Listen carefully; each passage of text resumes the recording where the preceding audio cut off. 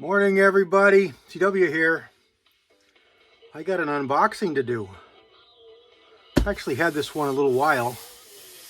Andrew 79Z28 sent it over to me while I was in the hospital, or just after I got home. And just wanted to do a little quick unboxing here and say a big thank you to him. He's a great guy and been keeping me in tin for a little while now, and it's very, very much appreciated. So let's get in here and show you what he sent me. We've got, I remember talking about different things, and the big thing that I remember was a couple of M dies, Lyman M dies. He didn't like them. Don't remember exactly what he didn't like about them, but they didn't do what he expected them to do. And of course I love them, so he sent them my way. Very, very much appreciated. These are not cheap. They're probably, 30-40 bucks a piece. So thank you very much for these. One's a 9mm and one's a 30-06. Now, if you don't know anything about these, I'll show you. They cover a bunch of different calibers, because the only thing that's really proprietary to the caliber is the diameter of the spud here.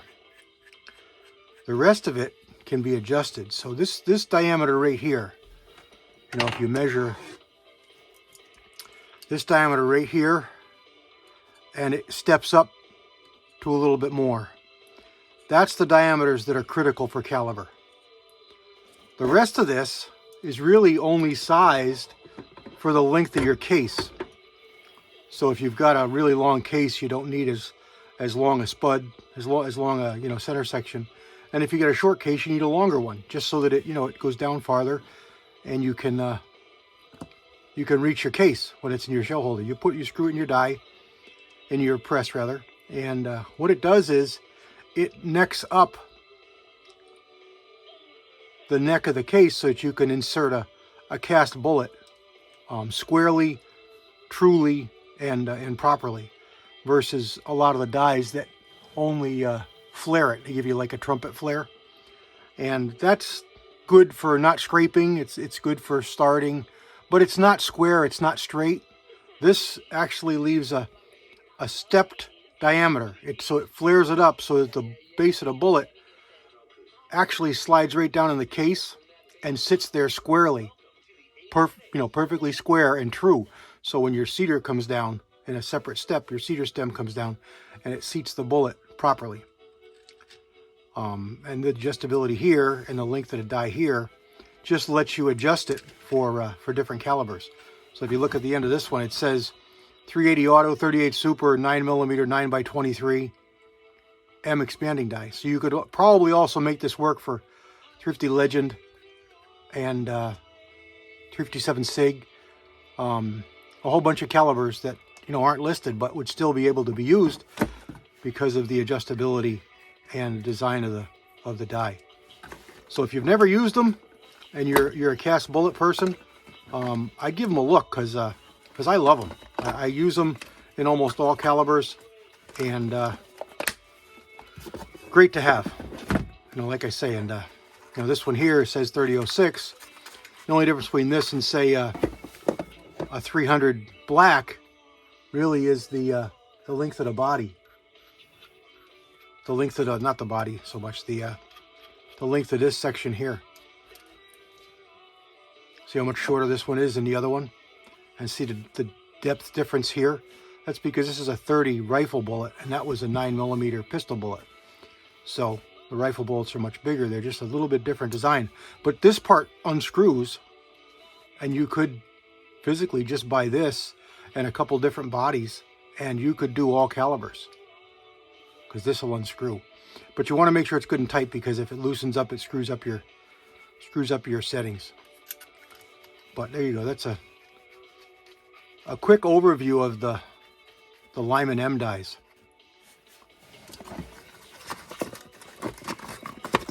So let's look at what else he gave me. We know he gave us some tin, which was what got me most excited because I was really low on tin. And he gave us a bunch of brass. I got a 308s I already took out. These are 7.62 by 51s, which are just military 308s. And I already processed the 308s. Here's some more. Here's some 270s. Here's some more 308s. And here's some tin. He gets these from work as waste. I guess they use it over and over again until it no longer tests usable for them, making computers, boards, circuit boards and such. 6037, 6237, 6330, 6337, I think is what this is, solder. But it's got a lot of tin in it, so it works good. And this here is, I think this is all pewter too. Yeah, this is all. Some of it he melted down. Some of them are just drips.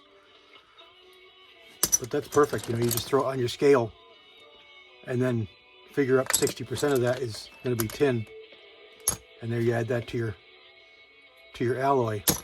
So it creates surface tension. It breaks surface tension rather.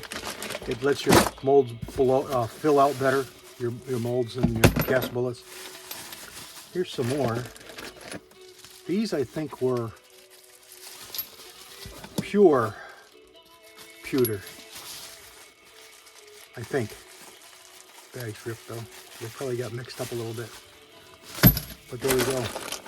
So I got a bunch of brass to clean, a bunch of pewter that I really needed, and some great Lyman M dies. Thank you so much, Andy. Andy 79Z28. I think you all know the Zinc Master. Got a bunch of great videos on YouTube and on Rumble. I'll put a link in the description in case you don't by chance know about him. But give him a look.